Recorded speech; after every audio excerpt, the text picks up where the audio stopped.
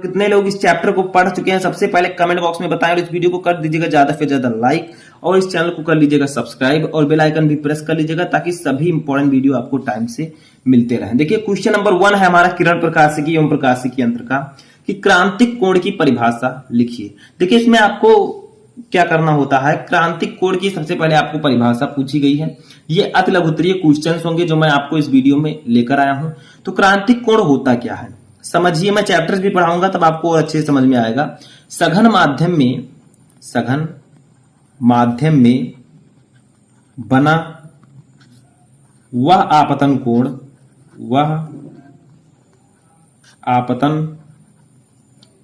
कोण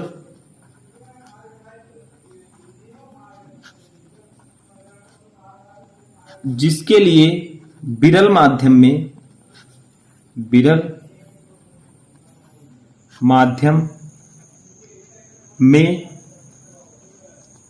अपवर्तन कोण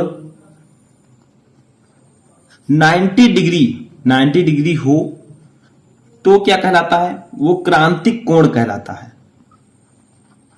क्रांतिक कोण कहलाता है। ठीक है, तो क्या कहा गया है कि सघन माध्यम में बना वह आपतन कोण जिसके लिए विरल माध्यम में अपवर्तन कोण 90 डिग्री हो वो क्रांतिक कोण कहलाता है।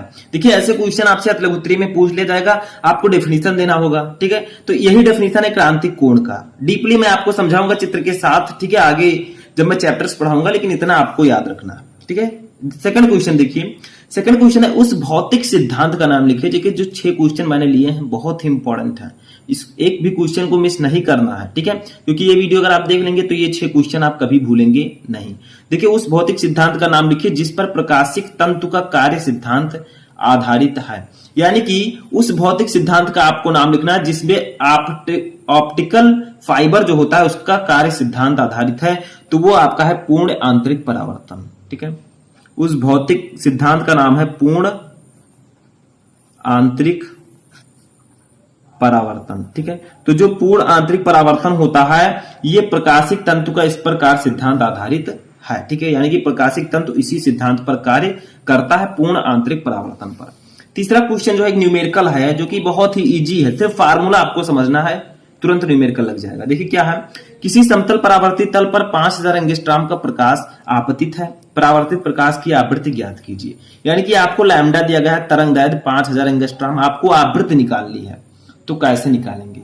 देखिए यहां पर आपको क्या करना है, यहां पर लैम्डा हमें दिया गया है तरंगदैर्घ्य जो दिया गया है इसको हम डिनोट करते हैं लैम्डा से।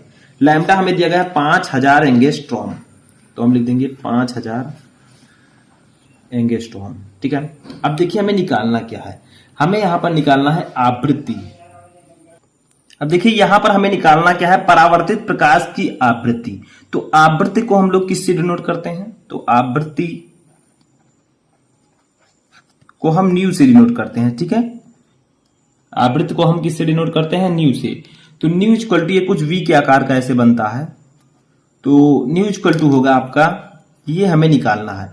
तो एक फार्मूला होता है उसी को आप लोग याद रखिएगा, उसी से आपका ये आवृत्ति निकल आएगा। तो देखिए म्यू इक्वल टू होता है परावर्तित प्रकाश की आवृत्ति mu equal to c upon lambda. ठीक है, mu equal to c upon lambda, ये एक फार्मूला होता है जहां सी क्या है, सी है प्रकाश की चाल। ठीक है, सी क्या है, प्रकाश की चाल, और प्रकाश की चाल इक्वल टू होता कितना है, तो प्रकाश की चाल जो होती है वो आप लोग याद रखिएगा, वो होती है 3 × 10⁸ मीटर प्रति सेकंड। ठीक है, 3 × 10⁸ मीटर प्रति सेकंड इसकी वैल्यू होती है। देखिए लैम्डा हमारा 5000 एंगस्ट्रॉम है, इसे हम मीटर में बदलें तो ये हो जाएगा 5000 × 10⁻⁻10 मीटर। ठीक है, क्योंकि जब आप एंगस्ट्रॉम को किस में बदलेंगे, मीटर में, तो 10⁻⁻10 से गुणा करना होगा, तो 10⁻⁻10 मीटर हो जाएगा। ठीक है, यहां पर हम वैल्यू रखेंगे इसकी, तो आपका म्यू इक्वल टू हो जाएगा, थोड़ा चिन्ह अच्छा से नहीं बना, तो सी है हमारा 5000 × 10⁻⁻10 अपान लैम्डा हमारा है, सॉरी सी हमारा कितना है, सॉरी यहां पर तो ये गलती, सी कितना है, प्रकाश की चाल 3 × 10⁸, ठीक है। और हमारा लैम्डा जो है वो है कितना 5000 गुणे 10 के पावर माइनस 10। ठीक है, इतना हमें दिया गया है। अब क्या करेंगे, इसी को हम सॉल्व कर लेंगे। समझ में आ रहा है, सिंपल है। देखिए यहाँ पर सी की वैल्यू कितनी रखी हमने 3 गुणे 10 की पावर 8 मीटर पर सेकेंड इसकी वैल्यू होती है। और तरंग जो लैम्डा होता है वो 5000 एंगस्ट्रॉम यानी कि 5000 गुणे 10 की पावर माइनस 10। अब इसको सॉल्व कर लेंगे। तो देखिए यहां से इसको सॉल्व कैसे करेंगे, तो हम लिखेंगे यहां पर म्यू इक्वल टू ये आप क्या कीजिए 3 गुणे 10 के पावर 8 और ये जो 10 है, ठीक है, ये ऊपर जाएगा तो नीचे माइनस में, ऊपर प्लस में हो जाएगा तो 10 की पावर 10 अपान ये आपका 5000 है। तो 5000 को हम क्या लिख सकते हैं 5 गुणे 10 के पावर 3 लिख सकते हैं। देखिए 5000 है, 5 गुणे 1000 लिख सकते हैं, 1000 को हम 10 की पावर 3। तो इतना तो आप समझ सकते हैं। ठीक है, अब यहां पर हम इधर थोड़ा सा सॉल्व कर लेते हैं। तो देखिए ये आपका हो जाएगा 3 गुणे 10 के पावर 8 और 10 मिलकर कितना हो जाएगा, दोनों जुड़ जाएंगे क्योंकि प्लस में है, तो 10 और 8 18। ठीक है, गुणे ये 10 के पावर 3 है, ऊपर जाएगा माइनस में हो जाएगा क्योंकि नीचे प्लस में है, तो 10 की पावर माइनस 3 अपान 5। ठीक है, तो अब हम इसको क्या करेंगे, सिंपल है, सिर्फ समझिए म्यू इक्वल टू ये 3 गुणे 10 के पावर 18 में से 3 चला जाएगा, कितना बचेगा 15 बचेगा। ठीक है, अपान 5। इसको कट करेंगे, 5 को 3 को 5 से काटेंगे तो आपका आ जाएगा 0.6। ठीक है, तो आपका ये फाइनली आएगा म्यू इक्वल टू 0.6 गुणे 10 के पावर 15। ठीक है, इतना भी आप आंसर लिख सकते हैं, या आप चाहें तो म्यू इक्वल टू लिख सकते हैं। इस 0.6 है, इस दशमलव को इधर ले आए तो 6 गुणे 10 के पावर 15 में से 1 चला जाएगा तो 14 बचेगा। ठीक है, तो आवृत्ति का मात्रक होगा हर्ट्ज। सभी को पता है आवृत्ति का मात्रक तो हर्ट्ज हो जाएगा, और इतना ही आपका आंसर ये आ जाएगा। ठीक है, समझ में आया। देखिए यहाँ पर हमने 0.6 था, 1 दशमलव के इधर हम लाए हैं तो 10 की पावर माइनस 1 से गुणा होगा, 15 में से 1 जाएगा, 14 बचेगा, तो ये आपका आंसर आ जाएगा। ठीक है, अब हम अपना फोर्थ क्वेश्चन देखते हैं। तो देखिए फोर्थ क्वेश्चन हमारा है लेंस की क्षमता से क्या तात्पर्य है, इसका मात्रक भी लिखिए। यानी कि लेंस की क्षमता क्या होती है ये आपको बताना है। तो लिखेंगे आप लोग लेंस की क्षमता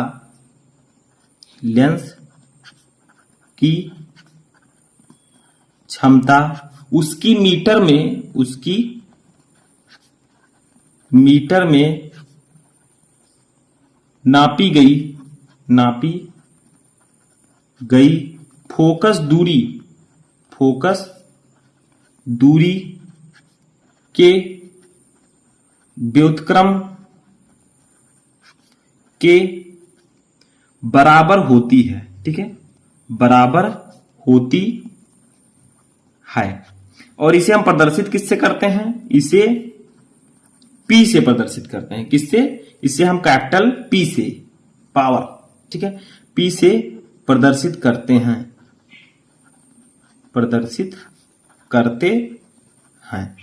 ठीक है, इसका सूत्र क्या होगा, तो देखिए लेंस की क्षमता P इक्वल टू 1/f। देखिए व्युत्क्रम का आ गया तो 1/f, वो भी किसमें, मीटर में। ठीक है, किसमें, मीटर में।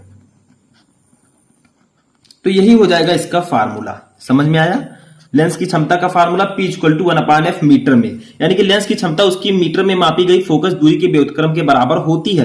तो देखिए मीटर में मापी गई फोकस दूरी, f है फोकस दूरी, ये मीटर में है, तो P इक्वल टू 1/f। ठीक है, ये फार्मूला हो जाएगा। मात्रक अगर इसकी बात की जाए तो इसका मात्रक हो जाएगा डायोप्टर। क्या हो जाएगा, डायोप्टर, और डायोप्टर को हम लोग डिनोट करते हैं कैपिटल D से। तो ये हो जाएगा इसका मात्रक। ठीक है, तो इतना समझ में आया। जो पूछा गया था वो हमने जाना कि लेंस की क्षमता उसकी मीटर में मापी गई फोकस दूरी के व्युत्क्रम के बराबर होती है, P equal to 1/f metre में, इसका मात्रक डायोप्टर होता है। ठीक है, फिफ्थ क्वेश्चन देखते हैं। फिफ्थ क्वेश्चन है प्रिज्म के पदार्थ के अपवर्तनांक का सूत्र लिखिए, प्रयुक्त प्रतीकों का अर्थ बताइए। यानी कि प्रिज्म के पदार्थ का अपवर्तनांक जो n होता है उसका फार्मूला क्या होता है। तो देखिए n इक्वल टू एक बड़ा फार्मूला होता है sine a plus del m। ठीक है, del m upon 2 sine a plus del m by 2 upon sine a by 2। ये फार्मूला होता है प्रिज्म के पदार्थ के अपवर्तनांक का। देखिए फार्मूला दिखने में बड़ा लग रहा है, मैंने और बड़ा लिख दिया है। ठीक है, लेकिन इस दिक्कत नहीं है, इस फार्मूले को याद रखिएगा। n equal to sine a plus del m by 2 upon sine a by 2, जहां डेल m क्या है, देखिए a क्या है, डेल m क्या है, तो ए आपका है प्रिज्म कोण, ए इक्वल टू प्रिज्म कोण इसे हम बोलते हैं। अब बात आती है कि डेल एम क्या है, ये डेल एम क्या है, तो डेल एम है आपका अल्पतम विचलन कोण, अल्पतम विचलन कोण, ठीक है। तो डेल एम आपका अल्पतम विचलन कोण। तो आप लोग याद रखिएगा कि प्रिज्म के पदार्थ के अपवर्तनांक का सूत्र होता है n equal to sine A plus del M by two upon sine A by two, जहां ए है प्रिज्म कोण, डेल एम है अल्पतम विचलन कोण, इतना याद रखिएगा, ठीक है। लास्ट वन क्वेश्चन हमारा इसमें आता है, संपर्क में रखे दो पतले लेंसों के संयोजन की फोकस दूरी एवं क्षमता का सूत्र लिखिए। तो देखिए संपर्क में अगर दो लेंस रखे हैं तो इसका सूत्र होगा 1/f इक्वल टू 1/f1, दो लेंस है तो प्लस 1/f2, ये तो हो जाएगा फोकस दूरी का सूत्र, ठीक है। अगर संपर्क में रखे हैं दो लेंस तो उनकी फोकस दूरी का फार्मूला ये होगा। अब चूंकि P इक्वल टू 1/f होता है तो हम इस फार्मूले को इस प्रकार से लिख सकते हैं, P equal to P1 plus P2, ठीक है, P1 प्लस P2, ये हो जाएगा आपका क्षमता का फार्मूला। तो दोनों का फार्मूला आपका यहां पर मैंने लिख दिया है। एक तो आपका है संपर्क में लिखे दो पतले लेंसों के संयोजन की फोकस दूरी का formula 1/f equal to 1/f1 plus 1/f2, एक है उनकी क्षमता का formula P equal to P1 plus P2। समझ में आया? ये जो क्वेश्चन हमारा है ये तरंग प्रकाशिकी चैप्टर से है, ठीक है, सेकंड चैप्टर जो सेकंड फिजिक्स का है। ऐसी दो भौतिक घटनाओं का उल्लेख कीजिए जो प्रकाश की तरंग प्रकृति की पुष्टि करती हैं। यानी कि आपको ऐसी दो भौतिक घटनाओं का बताना है, भौतिक घटनाओं को जो प्रकाश की तरंग प्रकृति की पुष्टि करती हैं, यानी कि जो ये बताती हैं कि प्रकाश जो होता है वो तरंग की भांति व्यवहार करता है। तो दो घटनाएं हैं, एक है व्यतिकरण,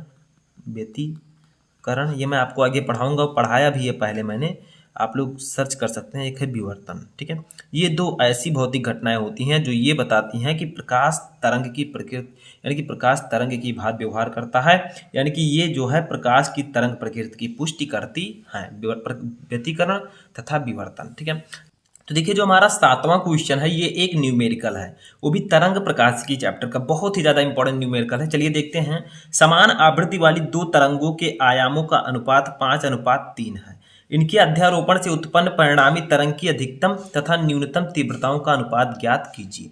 तो देखिए तरंग के आयाम को हम स्मॉल a से डिनोट करते हैं, ठीक है।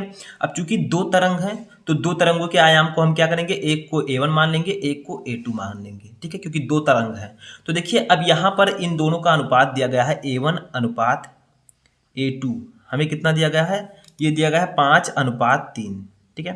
तो यहाँ से हम क्या करते हैं, इसको लिख सकते हैं a1/a2 इक्वल टू 5/3, ठीक है, 5/3। अब इसी को हम सॉल्व कर लेंगे, यहाँ से a2 की वैल्यू निकालेंगे तो 5a2 इक्वल टू, देखिए तिरछा गुणा कैंची गुणा कर देंगे 3a1, ठीक है, 3a1। अब यहाँ से हम लोग इसी को सॉल्व कर लेते हैं, ठीक है, ध्यान से समझिएगा तभी समझ में आएगा आपके, ठीक है। तो यहाँ से हम क्या करते हैं, देखिए यहाँ से a2 की वैल्यू निकाल लेते हैं, a2 इक्वल टू आपका हो जाएगा 3a1/5, 3a1/5। तो देखिए हमने a2 की वैल्यू निकाल ली। अब आपको निकालना क्या है, इनके अध्यारोपण से उत्पन्न परिणामी तरंग की अधिकतम तथा न्यूनतम तीव्रताओं का अनुपात।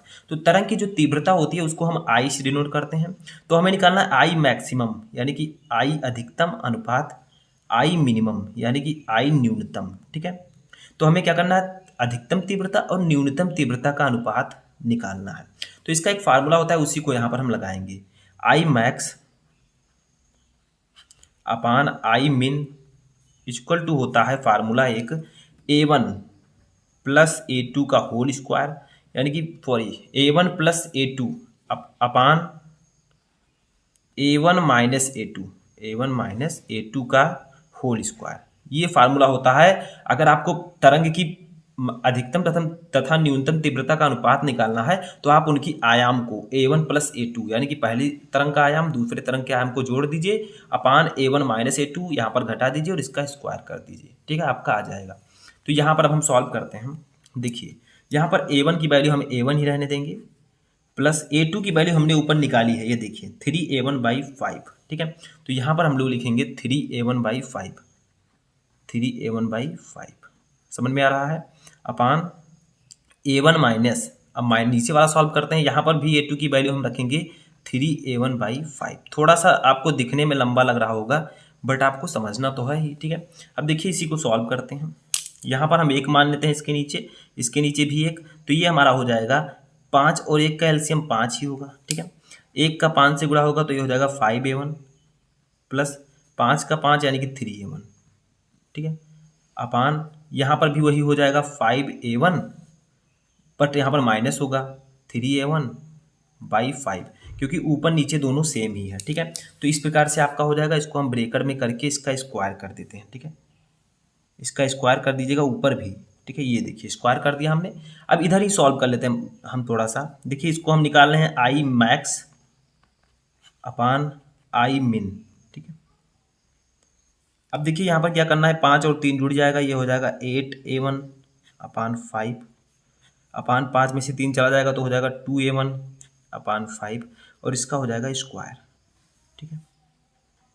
अब देखिए इसको ऊपर नीचे हम गुणा करते हैं, तो सॉल्व कर लेते हैं। आई मैक्स अपान आई मिन इक्वल टू सबसे ऊपर का सबसे नीचे गुणा होगा, या आप डायरेक्टली एक काम कर सकते हैं, 8 का इससे गुणा होगा, ठीक है, और इसका इससे गुणा होगा, तो आप 5 से 5 यहाँ पर कट भी कर सकते हैं, ठीक है। अगर ऊपर नीचे गुणा करेंगे तब भी वही आएगा, तो ये हो जाएगा 8a1 अपान 2a1 का होल स्क्वायर, ठीक है। अब इसी को सॉल्व हम कर लेंगे और हमारा आंसर यहाँ पर आ जाएगा। तो देखिए ये हो जाएगा आपका, इसका कर लेते हैं स्क्वायर, 8 का स्क्वायर करेंगे तो कितना आएगा बताइए, 8 टाइम 64।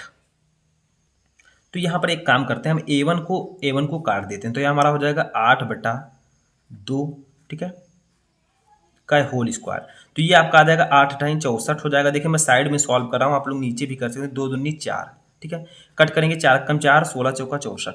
तो हमारा फाइनली जो आई मैक्स अपान आई मिन आएगा, I max upon I minimum, ठीक है, यानी कि अधिकतम तीव्रता अपान न्यूनतम तीव्रता, तो ये हो जाएगा 16/1, ठीक है, ये आ गया।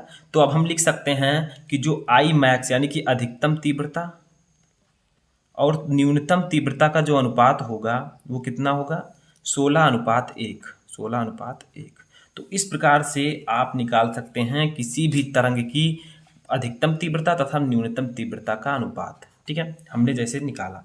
तो आई होप कि आपको ये न्यूमेरिकल भी समझ में आ चुका होगा।